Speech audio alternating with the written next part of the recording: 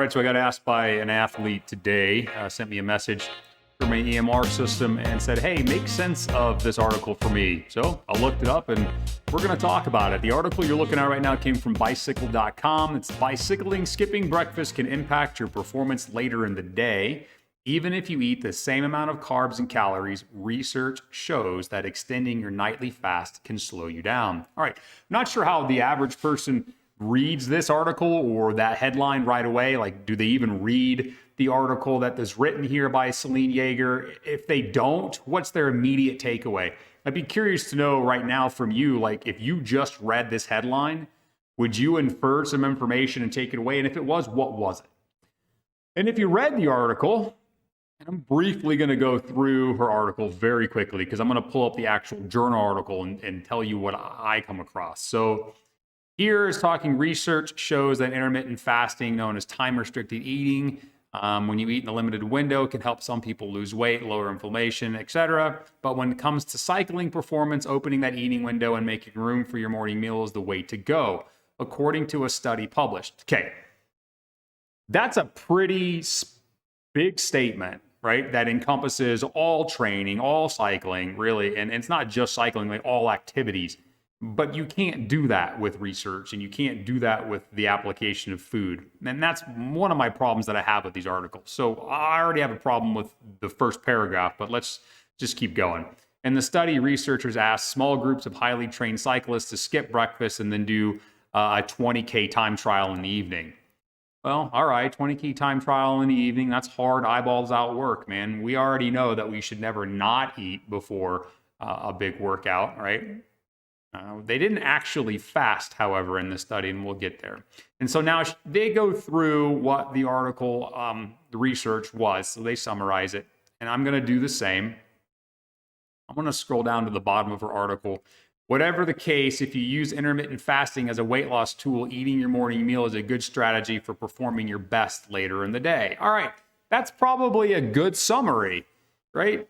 But if we go back to the beginning and we look at that initial paragraph saying like, hey, you better eat in the morning all the time for your cycling for performance. Yeah, that's not true. And this is why. So let me go to the research article right here. Close my screen so you're looking. Right. So this is the actual article that the research that was written about in the article, and it's omission of carbohydrate-rich breakfast impairs evening endurance exercise performance despite complete dietary compensation at lunch. All right, let's summarize this really quick. What happened in this study was they took some elite cyclists and triathletes and said, hey, we want you to do a time trial in the evening, and we're going to put you in two groups. One's going to be the group that eats breakfast and lunch and then does the time trial. And then there's going to be a group that skips breakfast, eats a big lunch, the same calories as breakfast and lunch combined, and go do the time trial. Okay, so let's get through. Let's just read the abstract right away. It's what most journalists read only anyway. They don't bother to go any further. So let's see what they could have inferred from this. Do the last paragraph right here. Impaired high-intensity endurance performance in the evening following breakfast is related to meal timing rather than carbohydrate intake or availability. That's a pretty great takeaway from the study. Provision of an early morning high-carbohydrate meal should be considered to optimize evening exercise performance. Okay, that's a really great takeaway. But if you were to read that article or go back to I'm going to go mouse another screen. If we go back to this article that you read, would you have taken that away? If you look at the title, go ahead, take a look at it. Would you have come across with the author's intention of an early morning high carbohydrate meal should be considered to optimize evening exercise performance? Yeah, I don't know. And to me, they implied way too much about the fasting component. And I think people would walk away with, well, fasting is bad. Well, fasting's not always bad. And fasting isn't always bad for certain training purposes, right?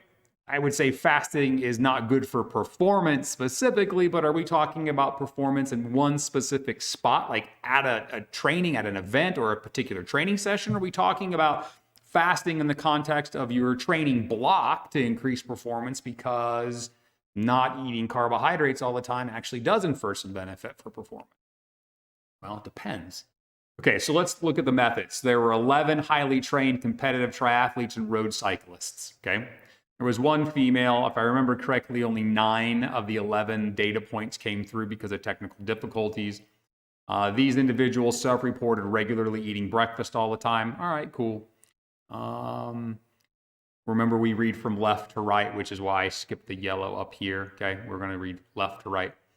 The 20-kilometer time trial was completed in full. All right, 20-kilometer time trial, like that's fast, hard, eyeballs out, go, go, go, right? That's not easy work. It should never be done fasted or under-fueled. So participants randomized crossover trial with 2 experimental conditions. They were the breakfast with the B group and the no breakfast group. Discuss that, we'll clear it up. And then they assessed the 20-kilometer cycling performance that evening between 5 and 7 p.m.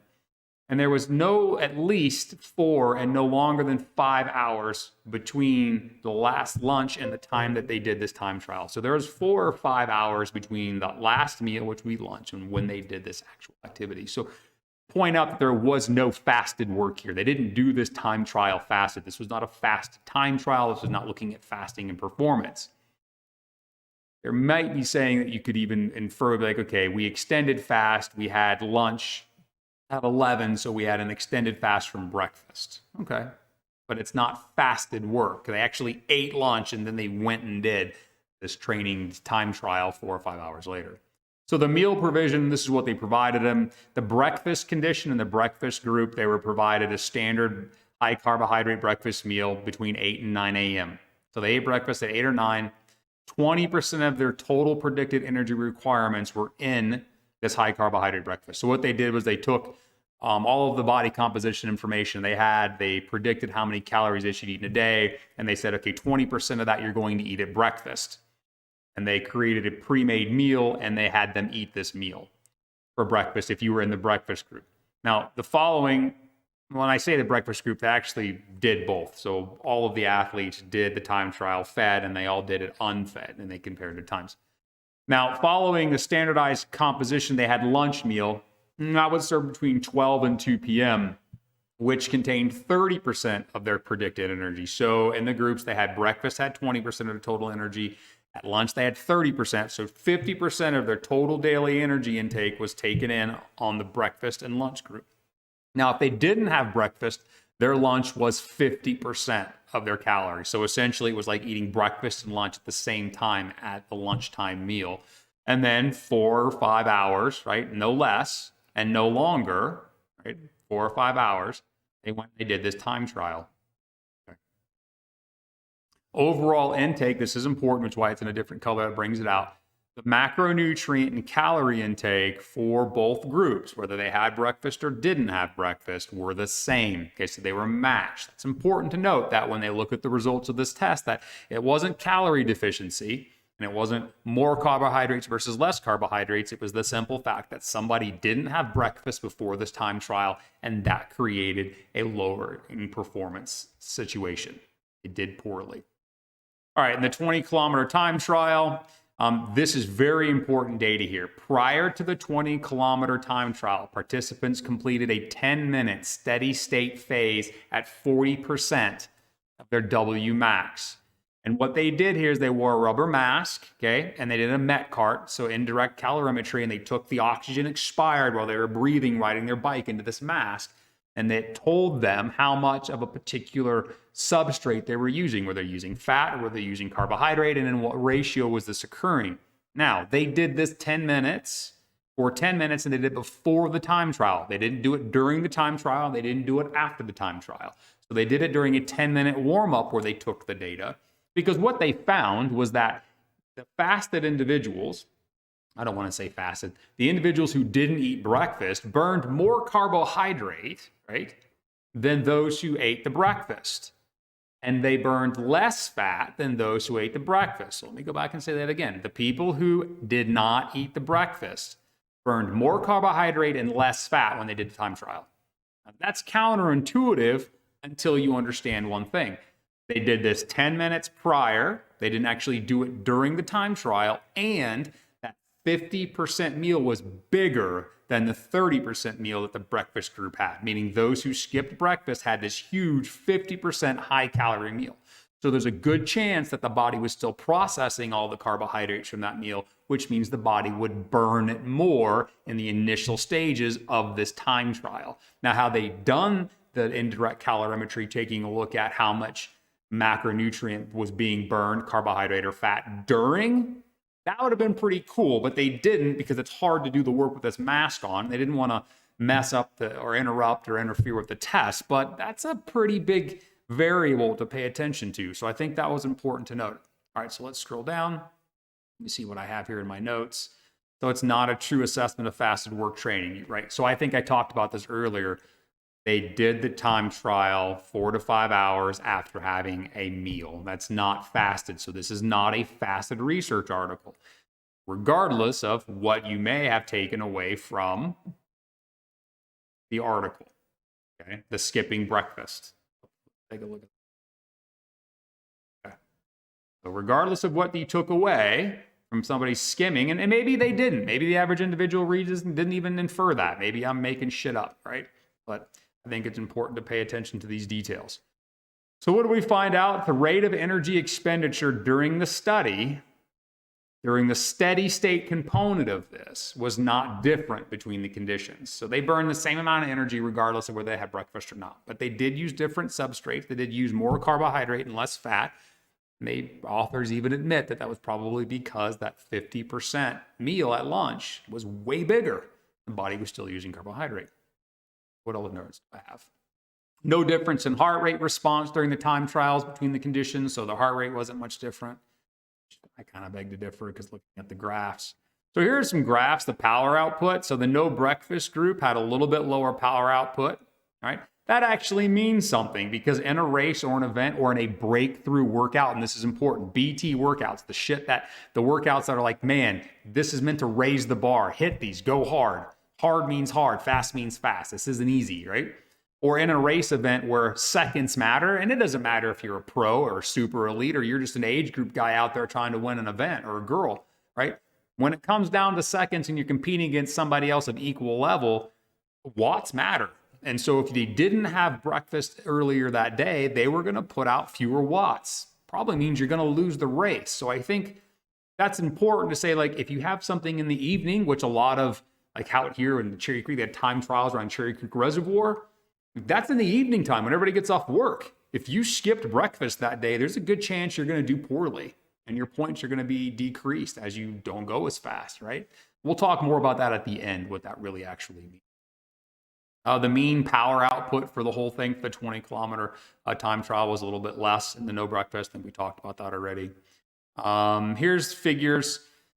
We'll go A really quickly. You can see that the heart rate between breakfast and no breakfast is pretty closely aligned, right? I don't know if I'd make any inferences that the no breakfast had a lower heart rate, which would be lower perceived effort, because that's not really the case. The RPE here, because the RPE in chart B reflects that the no breakfast actually had a higher RPE. And then it dips down. Like, these actually cross over, which is really interesting. But ultimately, at the end, it was still fucking hard, which is what we get here. And the RPE towards the end was a little bit less than the no breakfast. So the A and B, it's hard to make, I don't know. It's hard to take any conclusions from this. It's nice that they have the data, but I don't know what we would do with it. And here's the power to RPE and C. I'm not sure we can really go anywhere with that either. All right, so let's talk about the discussion. So study is that evening high intensity. So the main finding of this study is that evening high intensity endurance exercise, not zone 2 stuff. You can certainly fast during zone 2, less than 2 hours or 2 hours if you're fit. Absolutely. There are reasons to do this metabolically. But in this study, they were looking at high intensity endurance exercise, time trial. Nobody in their right mind, at least a good sports dietitian, is never going to have anybody not eat in the early part of the day for an evening activity or event. It's not going to happen. So this study finds that high-intensity endurance exercise performance following the omission of carbohydrate-rich breakfast is impaired, even though they had the same amount of carbohydrates and the same amount of calories. That's an important takeaway. The present work extends the findings of other studies, which found a decrease in evening performance following the omission of breakfast. So not eating breakfast in the morning has been proven or seen in other studies to have poorer outcomes in performance when the event or training was done at nighttime. That's good information. This isn't the only situation where this has occurred. This is just to confirm that it was not a result of lower carbohydrates or fewer energy calorie intake, right? It was the same, so that's not the case. It was specifically not eating breakfast had this impact. Okay. And so breakfast omission resulted in a decrease in mean power during the time trial of approximately 9 watts or 3%. Now you're thinking to yourself, 9 watts? Hey man, people wax their chains, right, for 10 watts. People wear arrow booties on their cleats to get 5 extra watts. People go on huge diets and spend $10,000 to buy a bike that weighs 1 pound less to get more watts. So yeah, 9 watts matters. Does it matter when you're out training every day? No. Does it matter in a race? Yes. Does it matter for these pros and the elites and high-level folks looking for marginal gains? Absolutely. So what's the real takeaway for me from something like this? Well, here's the thing, is that it's great they did the research and good that they confirmed some things, but I don't feel like any good dietitian working with any athlete who has an event in the evening is ever going to have them miss breakfast. If anything, and I can tell you what I would do with my athletes, is we're going to carb up in the morning. We're going to have high carbs, going to have a big breakfast. We're going to have a moderate sized lunch with carbs, and we're going to taper the closer we get to the event and eat less foods, lighter foods, easier to digest foods, right? Not try to bulk up my lunch to eat right before. So this is one of those situations where the applied practice would be exactly what this is telling us to do, but not inferring that fasted work would be better, okay? Or that not eating breakfast is a great way to go train. So I guess if you have an event, what this says is don't skip breakfast. It's not going to do you any good. And any good dietitian who knows their shit is going to be like, you know what? We're not doing that anyway, because that's just not how we would fuel you big time in the morning, start to taper that down at lunchtime, but still high carbs. And then as we move away from lunch into this event, we're going to taper it down. We want GI to be somewhat emptied and cleared. We don't want a bunch of fat slow us down. We don't want a bunch of protein sitting in the gut. We don't want a bunch of fiber. So it just tells me that we're doing the right thing already. And if you're not working with a good sports dietitian or you're doing things on your own, well, this is good information on what not to do. Which takes me back to the purpose of this study, right? Which was, I go back to this, skipping breakfast can impact your performance later in the day. Okay, but under what circumstances and what exactly are we trying to accomplish with this training? And that's something that your coach and you should be working on. It's something that as a sports dietitian, I do with all of my athletes. Pull up their training peaks and we walk through their training workloads and we look at all what their coach says and we look for keywords to say, this training means you must eat. This is a BT. Like, what are those keywords? And then we look at other workouts, be like, you know what? You can fast during this. You probably don't need to fuel heavily. When this isn't a BT, this is zone 2. This is working on something different. So making big, broad, sweeping generalizations like this article does is one of the things that bother me. And I hope that you take away some information that I've given you here on how to apply this more specifically to what you're trying to do. If you've got an article like this or something pops up you want me to answer, just like my clients do, all you got to do is hit me up on Instagram, Facebook, YouTube, leave some comments, subscribe, all that normal shit to get subscribers. It's a big deal. I appreciate you watching this. Take care.